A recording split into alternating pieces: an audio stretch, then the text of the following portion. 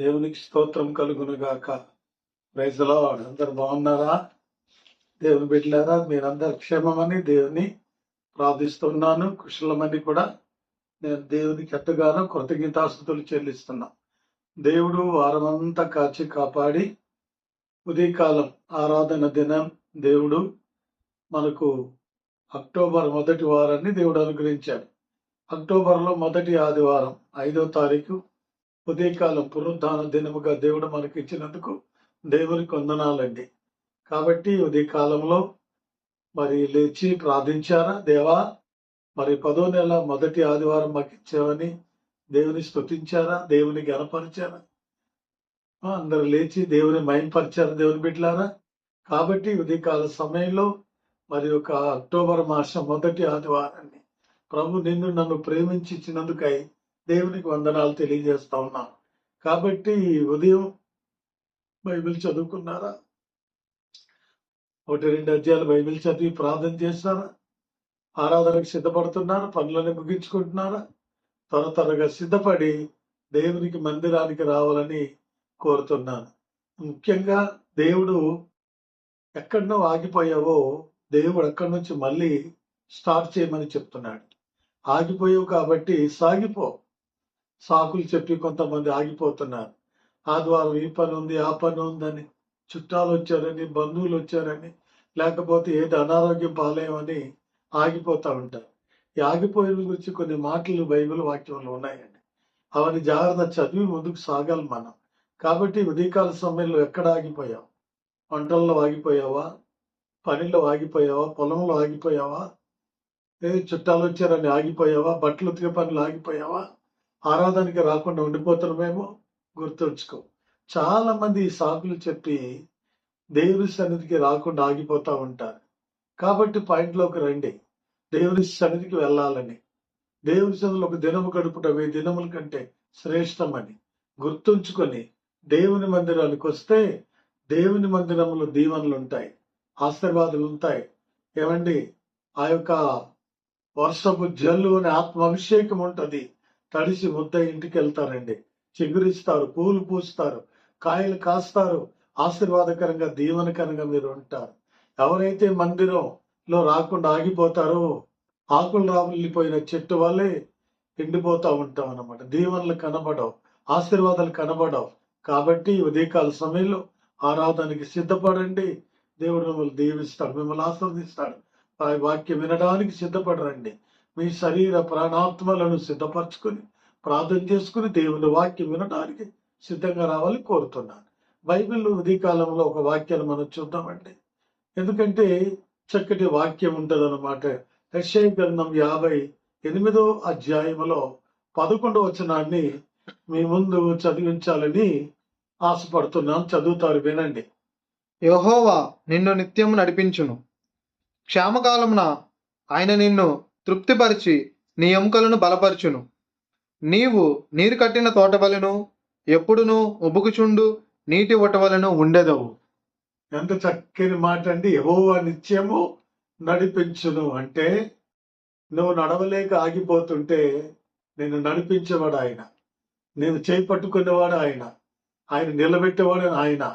నేను నడవలేను బాబోయ్ అంటే నేను నడిపిస్తాను అంటాడు. ఆయన నడిపించే దేవుడు అండి. నడిపించి వదిలి వెళ్ళిపోయే దేవుడు కాడు. కాబట్టి ఈరోజు దేవుడు నీ చేయి పట్టి నడిపించడానికి ఇష్టపడుతున్నాడు.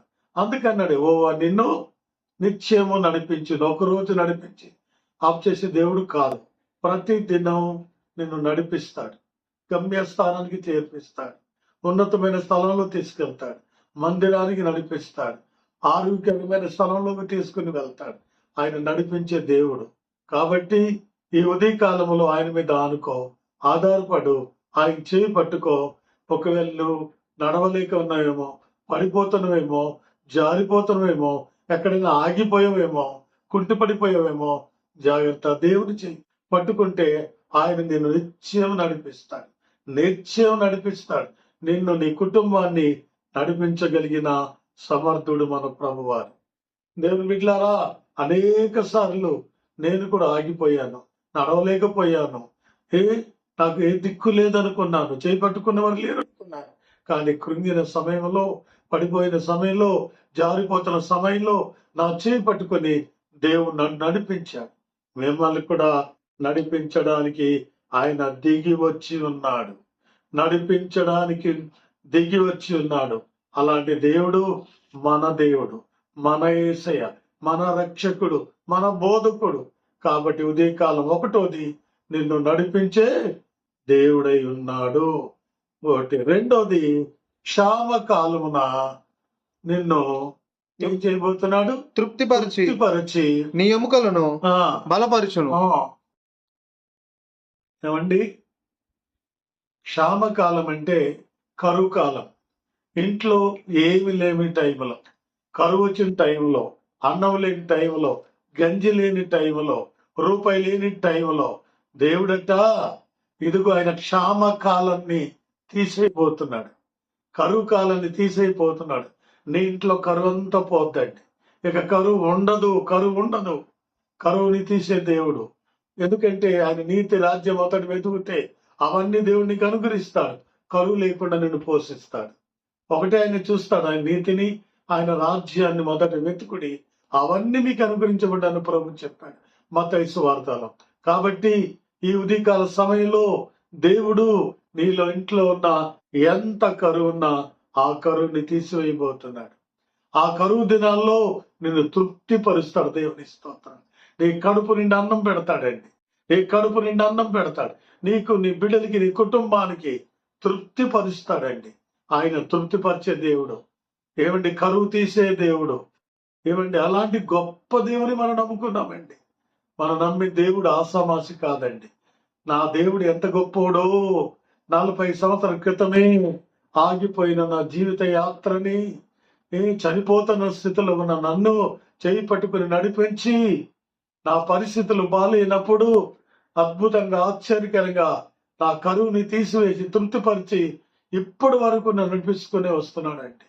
ఎందుకంటే క్షామకాలమున తృప్తిపరిచి నీ ఎముకలను బలపరుస్తానన్నాడు. ఎంత చక్కని మాట అండి. ఆయన నడిపించే దేవుడు, క్షామకాలమున ఆయన తృప్తిపరిచే దేవుడు, మన ఎముకలను బలపరిచే దేవుడు. ఎక్కడ బలహీన పడిపోయావో, ఎక్కడ బలహీనంగా ఉన్నావో, ఎక్కడ నడవలేని స్థితిలో ఉన్నావో, నీ ఎక్కడ ఎముకలు లొంగిపోయాయో, నీ ఎముకలు నొప్పి పడుతున్నాయో, కాళ్ళు, చేతులు, బౌడంతా కూడా ఒక నొప్పి ఉంటే దాన్ని బలపరిచే దేవుడు, ఏ శక్తినిచ్చే దేవుడు. ఎప్పుడు బలహీనలో అప్పుడు మన బలవంతులని అపోస్తుడైన పౌలు గారు చెప్పారు.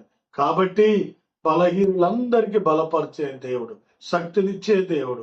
కాబట్టి అలాంటి దేవుని మీద ఆనుకోండి, ఆధారపడండి, ఆయన నమ్మిక ఉంచండి. ఆదివారం ఇలాంటి మందిరానికి వస్తే ఈ చక్కటి వర్తమానం దొరుకుతుంది. ఆయన శక్తి, ఆయన బలం మీలోనికి వస్తుంది. బలహీనులను మిమ్మల్ని బలపరుస్తుంది, చక్కగా తీసుకుని వెళ్తుంది. ఈ విషయాలు గమనించండి. ఆకలి బాధలు దేవుడు తీసేయబోతున్నాడు, కరువు తీసేయబోతున్నాడు, ఆరోగ్యాన్ని ఇవ్వబోతున్నాడు, మేలు చేయబోతున్నాడు, అద్భుతకరమైన స్థితిని దేవుడు నీకు ఇవ్వబోతున్నాడు. నమ్మినట్లయితే దేవుని కార్యాన్ని చూస్తావు. రెండవది, మూడవది కూడా చూడండి. అతను మరో మాట కొన్నాడు, నీవు నీరు కట్టిన తోటవలెను ఎప్పుడును ఒబుకుచుండు నీటి ఊట వలె ఉండదు. హల్లెలూయా. మూడో ఆశీర్వాదం ఏంటో తెలుసండి? నువ్వు నీరు కట్టిన తోటలు ఎప్పుడు జలచరములన్నీ కూడా బ్రతుకుతాయి. చెట్లు బ్రతుకుతాయి, మొక్కలు బ్రతుకుతాయి, చేపలు బ్రతుకుతాయి. స్తోత్రం. ఏమండి, చేపకి నీరుంటే ఎలా బ్రతుకుతుందో ఆ జలచరం అనే వాక్యం, ఆ వాక్యం అనే నీరు నీకుంటే నువ్వు బ్రతుకుతావు అన్నమాట. ఆ వాక్యం లేని చోట ఆ చెట్లు చచ్చిపోతాయి. వాక్యం లేని చోట్ల ఆత్మలు ఎండిపోతాయండి. కాబట్టి ఆయన నీరు కట్టిన తోట, నీరు దేవుని వాక్యం, పరిశుద్ధాత్మకు సాదృశ్యం. నీతో నింపి, నేను తడిపి ముద్ద చేసి నీ యొక్క ఆత్మీయ జీవితాన్ని మెరుగుపరుస్తాడండి. అందుకని ఆయన అన్నాడు కదా, నీవు నీరు కట్టిన తోట వలె నేను మార్చబోతున్నాడు, నీరు కట్టిన తోట వలె చేయబోతున్నాడు. ఎందుకంటే ఆ యొక్క చక్కటి పచ్చని చెట్టు వలె నేను నిలబెట్టబోతున్నాడు. ఇదిగో పువ్వులు పూసే చెట్టుగా, కాయలు కాసే చెట్టుగా, ఫలభరితంగా ఉండే చెట్టుగా, గొప్ప ఆత్మ ఫలముతో నిండిన చెట్టుగా దేవుడు నిలబెట్టబోతున్నాడు. నిన్ను నడిపించబోతున్నాడు. ఈ ఉదయకాలం నమ్ము, నువ్వు నీరు కట్టిన